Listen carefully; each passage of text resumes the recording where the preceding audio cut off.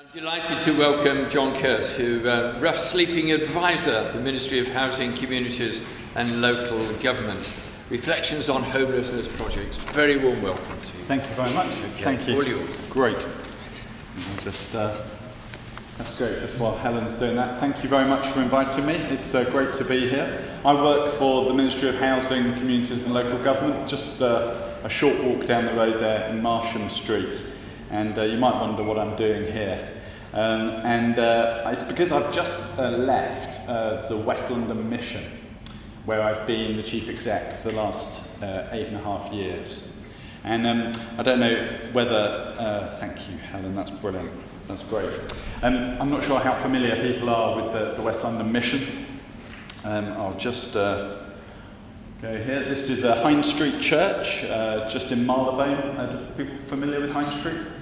Great, I thought a lot of people are. That's where the West London Mission is based. Obviously, it's a fantastic Methodist building in itself. But the West London Mission is quite an unusual Methodist circuit in that it comprises a lot of homelessness work that's been developed over many years. So it was the circuit where Donald Soper was superintendent for around 30 years. From the 1930s, and he particularly built on the work of Hugh Price Hughes, who founded the West London Mission back in 1887. And a lot of buildings were purchased under Donald Soper's leadership. And West London Mission's got its own housing association as well. And there's, I think probably around 12 or so buildings, some of them quite considerable. And the West London Mission, as well as obviously being a worshipping community, is also a charity that employs around 100 people. And we've got a day centre, I keep saying we because I just left, but they run a day centre in Marylebone for rough sleepers. There are about 100 rough sleepers come each day. A hostel for people coming out of prison, which is in partnership with the Ministry of Justice. A registered care home for people with alcohol dependency. And a whole range of other work, and some of it I'm going to talk about a little bit later. But Hine Street itself is interesting because, as well as being obviously a base for the worshipping congregation, its basement is really used very heavily by 12-step fellowship groups. And it's probably one of the key London centres for Alcoholics Anonymous. It's quite an unknown area of work, but there's over 60 weekly 12-step groups that meet in the basement. So over 200 people a day are coming into that basement for life-changing groups that support them. So again, I think that's just a context of a great use of a building. And a huge amount of people owe their recovery journeys to Hine Street, even though they're not part of the worshipping congregation. And I've been given a role in the Ministry of Housing, specifically on the Rough Sleepers Initiative. The government has set a target to reduce the amount of rough sleepers by 50% by 2022. And some of you may know, just from your what you're observing in your communities, but sadly rough sleeping's gone up very considerably, especially in the last 9 years. So officially, the figures have marked it at 169% rise during that time, which is obviously a scandal and something that the government's taking very seriously in order to reverse and change. And my role, specifically within the team, is to work with churches and faith groups and to harness and collaborate the contribution that churches are making up and down the country to connect to the strategies of local authorities. And it's a sign, really, of how significant the church's contribution is to housing and homelessness that I've been asked to do this role. So it's a great role. I really enjoy it, but it's also one that throws up quite a few challenges. If this simple diagram really represents the relationship between a local authority and sort of churches and faith groups' response to homelessness. And often there is conflict. I've got some different C's that represent the forms of relationship. Up and down the country, there are tensions sometimes between what churches and community groups are doing and the local authorities. Here in Westminster, it's been some of the most high-profile conflicts where in 2011 there was a proposal to ban soup runs that come in and give out food and soup on the streets because of antisocial behaviour and because of difficulties. And that was a real point of conflict where especially churches and other groups were very unhappy with the proposals, and the proposals ended up being shelved. But also there's a lot of contrasting work where a group may set up what they're doing in direct contrast to a local authority. The council do it like this, we want to do it differently. And I have to say, another C really, but there's sometimes quite a lot of competition between the charities themselves. Someone described it in East London as like soup wars. So soup wars out on the streets because people are increasingly drawn to giving out stuff, and there's a lot of arguments. I was at another meeting this morning actually where someone described there was a former banker who joined the charity sector, said he felt the charity sector was more competitive than the corporate banking world, which is interesting. But in terms of some of these negative things, my role is all about developing these C's, these communication between a local authority and a faith group. How can their work complement each other? How can they collaborate? Be on the sort of same page, even though what they're doing may be different, how can it be connected? And increasingly, local authorities, especially with new funds that are available from the Rough Sleepers Initiative, are commissioning faith and community groups in quite imaginative ways. Perhaps some of the activists who've been most unhappy with the councils are actually joining forces with them in some interesting ways, putting aside differences and actually focusing on tackling this rising rough sleeping problem. And a couple of other C's, just to end, is that we're also really keen that local authorities and government don't just seek to co-opt the work of a charity or seek to control it. I want to maintain a kind of adult-to-adult dialogue. And I know this is a real concern in the West London Mission, where the roots and the heritage mean that it's proud of its independence. It doesn't just want to be swallowed up by a government contract. It wants to maintain its distinctiveness. What does the kind of gospel distinctiveness look like in the 21st century for a modern Christian charity? So my role is very much kind of building on those 4 C's. And it shows really that in the homelessness world, the role of the churches is so significant. So some of you will be from famous organisations, and we've talked about St George's Crypt in Leeds this morning. Also St Martin's in the Fields up the road in Trafalgar Square. Very famous churches for their work with homeless people.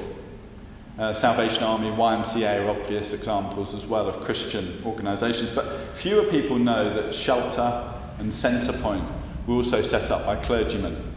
And I used to work for Centrepoint, and I was always very, very keen to remind my colleagues of the fact that it was the Reverend Ken Leach who set up the organisation out of a church crypt in Soho in the 60s. And these things can easily get lost in the midst of time. It's very important that, like as I was saying, the West London Mission, that the only reason that we have the buildings is because the congregational members back in the 20s and 30s put their hands in their pockets and helped purchase those buildings. So it's a heritage that's really important. And the things I'm just going to talk about for the rest of my talk is, what is a faithful use of Christian buildings? What's the church's role in addressing homelessness? I want to give you an example from West London Mission's work with Pret a Manger, and just talk a bit about collaboration and innovation. I think if there were 2 words, I think it connects to a lot of what I've heard already. So I'll try not to repeat, but I think being brave and being innovative is really critical. And I think that's really critical for the Methodist Church with the unique situation that you've got. But firstly, what is a faithful use? I think that's a whole kind of debate in itself. I want to give you an example of what I think isn't a faithful use. And this is a church chapel. It's the Abingdon Square Mission in Northampton. I walked past it the other day and I took these photos. And this has now become Urban Tiger, Northampton's premier lap dancing club.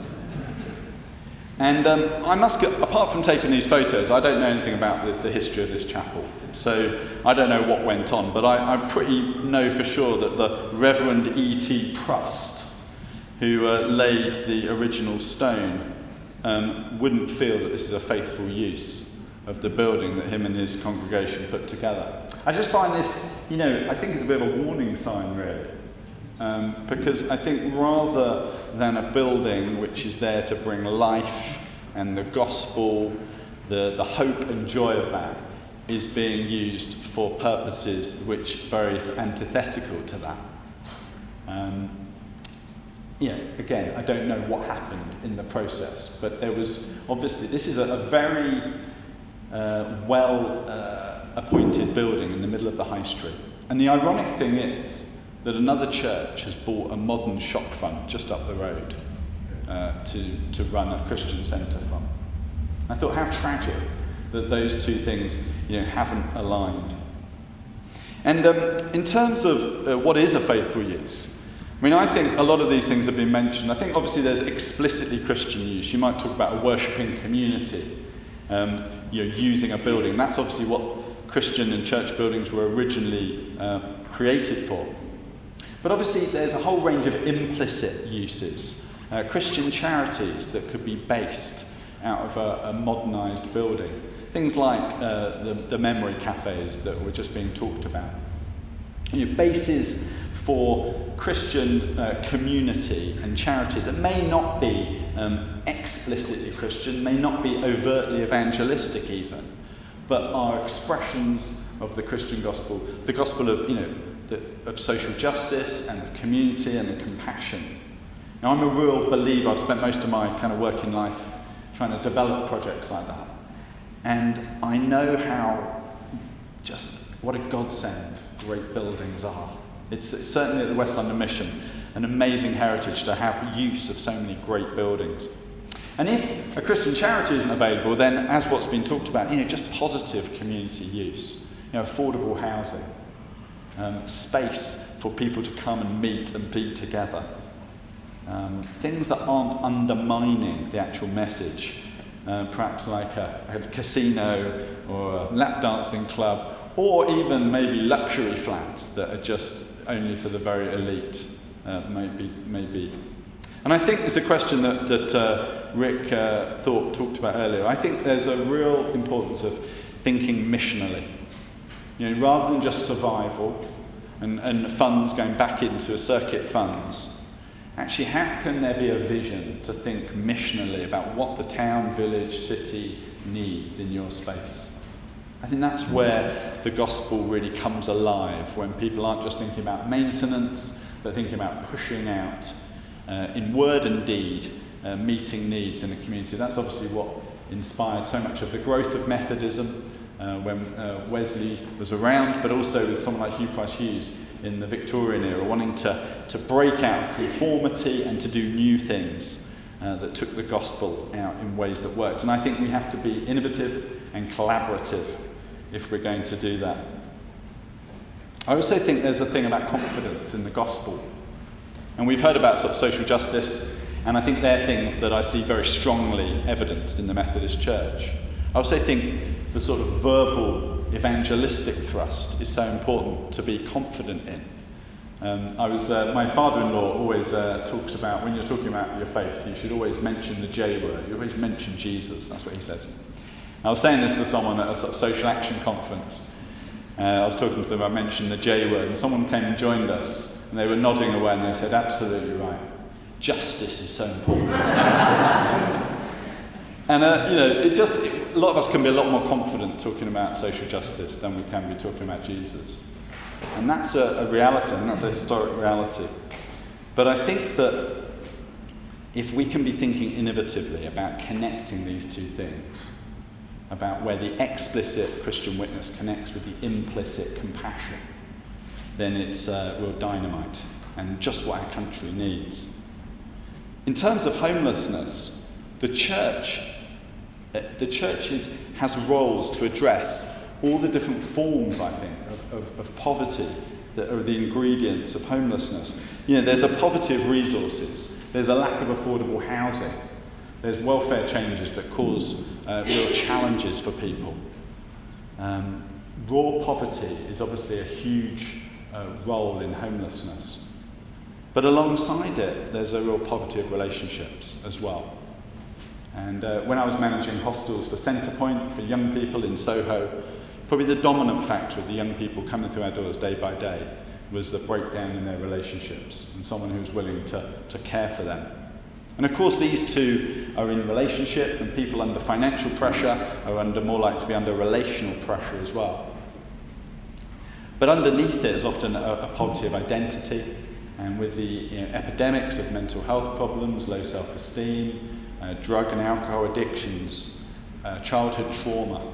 It's this kind of cocktail of issues that I think result in homelessness. And some groups will place a different emphasis on a different area. But I firmly believe that the uniqueness of the church is that it has resources to address each of these forms of poverty. Through providing things like night shelters, which the Methodist Church I know is involved in a lot of the church night shelters that are putting up rough sleepers, providing practical care and support and a bed for the night. But also churches are communities, places where people can be part of, relate to others in mutuality, not just in receiving services, but being part of a community. I run a home group in my local church, just as Rick referred to. And I think with some of the people in my home group, we are in a preventing homelessness kind of role, because they're people very much vulnerable. And we can be supporting them and loving them as part of a community in a way that a professional service can't. And lastly, of course, the relationship with themselves. Just as people have problems with relationships with other people, they have problems with themselves. And this is where the identity is so crucial. And the power of the gospel to speak to someone's identity, for their heart to be strangely warmed, for them to have a direct experience of God's love, is a critical resource to what being faithful to our heritage looks like. So I really believe in what the church can offer and what it can do, and I see this up and down the country in this role, where each of these areas of poverty is being addressed. Now, just to give you an example of one particular example, St Luke's is a large building in Kennington. It's actually part of the old Lambeth Workhouse. And the West London Mission was given St Luke's on a peppercorn rent in 1945 by the London County Council because of its work with rough sleepers under the Hungerford Bridge, not very far from here. So once the war ended, we were given this old workhouse to use for rough sleepers. And the West London Mission's used it for a lot of different things over the years. It's a building that's been added to. It's not listed. It's architecturally, it's probably a bit of a mess. People have put so many different bits on it over the years, but it's a great space. And but the use that it was being used for different reasons, the contracts ended, and West London Mission were really looking around for how to use it going forward. It was used by property guardians for a time, and we used it as a temporary base for another hostel that was being refurbished. But one of the really exciting things that we did, we were in touch with Pret a Manger, who some of you may know, but employ a lot of formerly homeless people in their sandwich shops. And they have a program called Rising Stars, where they take formerly homeless people, train them up, and really support them to enter the job market. But they had a real issue around where they can accommodate these people. And they've been looking for a long time for a property. And that's when they started speaking to us. And some of you may saw, but this was launched in January, so there was a bit of media coverage. They did a great bit of work refurbing the hostel. I haven't got a before photo, but that room, top left, looked very, very different to what it did before. And this is the first, on the lower photo is the first resident to move in. And there's a photo there of the launch with the chief exec of Pret a Manger on the left, and the superintendent of the West London Mission on the right there. So it's a great example of a collaboration, which in the current funding and the challenges, West London Mission had to really think innovatively. There's a really interesting blend, I think, going on, where charities have to look far more at coalitions with businesses. Grants aren't always going to be forthcoming. But social enterprise, where business and charity come together, is a really exciting way forward. So that's just one example, and I just want to end really with some sort of points about collaboration and innovation. I think that there's a context, and especially for the Methodist Church, that I'm not a Methodist, but obviously I've been working within the church for the last 8 years, and it has great assets.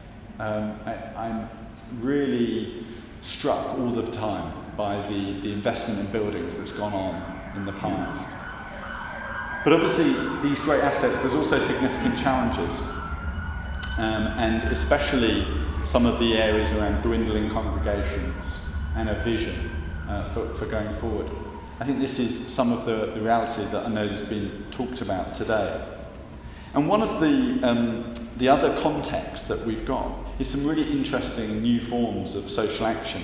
I know the West London Mission would be really interested to talk to anyone of you who want to talk to them about their work, because they've got real expertise in working alongside congregations and empowering them for innovative social action.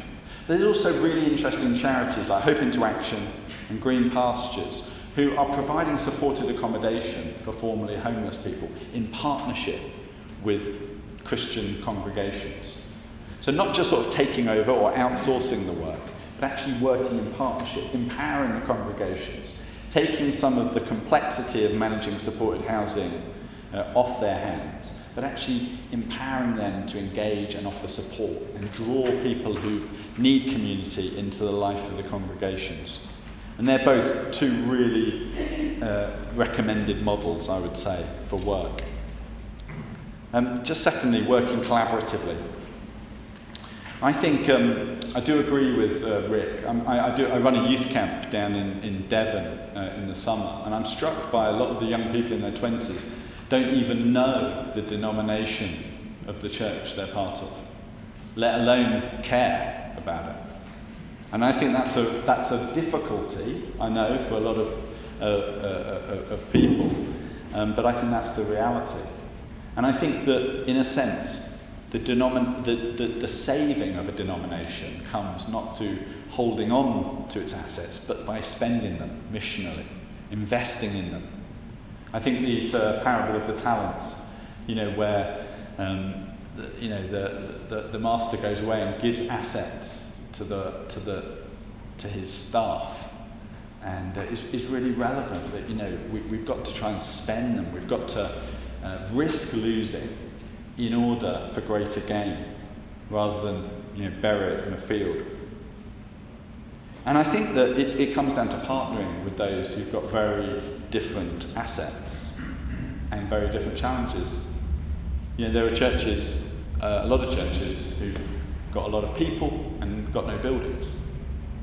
And I know that some of those conversations have already been going on in various places within Methodism, but I think that's such an encouragement when congregations of different denominations and traditions can work together. Before going to the West London Mission, I worked with the Shaftesbury Society, and I was really interested that the Shaftesbury Society had a mission in Piccadilly in 1885, which by that time was coming to an end. Their congregation was drying up, and that was just at the time the West London Mission started. And the Shaftesbury actually changed their lease to give it to the West London Mission for St James's Hall in Piccadilly for the continuation of their mission. And I think that's a fantastic, just a little vignette of what can be possible. And it's not easy. Some of us may find it easier to work with non-Christians than we do to find it working with Christians of other traditions who express themselves differently, or use different language, or raise their hands in worship, and all kinds of odd things. But I think it's that unity that is going to be really key to the maintenance of a mission and a vibrancy in towns and communities. And lastly, I think thinking innovatively, being brave, connecting with other organisations in a way to take your buildings or the opportunities you have in ways that you hadn't thought. I think listening to younger people, to what's needed, is really critical. And I think in that way, you're maintaining the radical tradition of Methodism. Something I often said at West London Mission was forged to be different, to be distinctive, to carry a mission in innovative ways. So it's by being innovative that we are true to that tradition, rather than clinging to the past. So there's some of my thoughts. It's great to be with you, and thanks for inviting me.